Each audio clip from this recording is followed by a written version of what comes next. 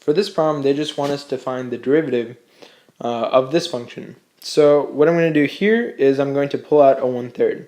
So it's going to be 1/3 times x squared. And here it's minus 3x over x squared. So all I'm going to do is pull out the 3 on the top, and then it'll be 1 over x squared.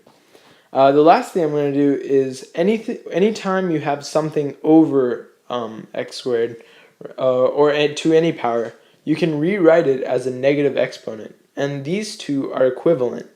And this will help you use the power rule to find the derivative.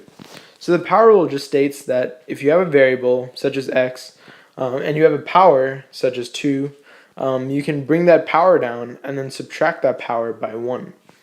So for here, I take the derivative of this. So you keep the 1/3, you pull down the power, which is 2, you pull it down, and then you subtract it by 1, so 2 minus 1. Over here, you have -3, you pull down the -2, you pull down here. Always make sure to write it in parentheses, because that's a common mistake. And then for here, -2 minus 1, as the power rule states. So to continue on, from now it's just simplifying. So here it's going to be 2 times 1/3, so it'll be 2/3, x to the 1. Why? Because it's 2 minus 1.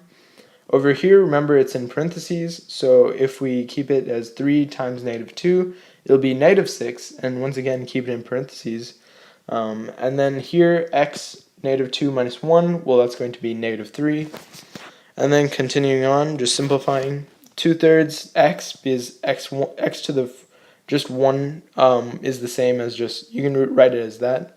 Here the two negatives cancel out to have a positive, and then depending on your teacher, they might want it as no negative exponents, so you can rewrite this. And so all I did was just show you it's 6, this is the same as 6 times x to the -3. And then once again you can rewrite it as I did here. The reverse, 1x squared is the same as x to the -2. Well, that's the same as x to the -3 as 1 over x cubed, or x to the 3rd. So now just multiply it again, so you get 6 over x cubed, and then 2/3 times x. So your final answer is 2/3 x plus 6 over x cubed.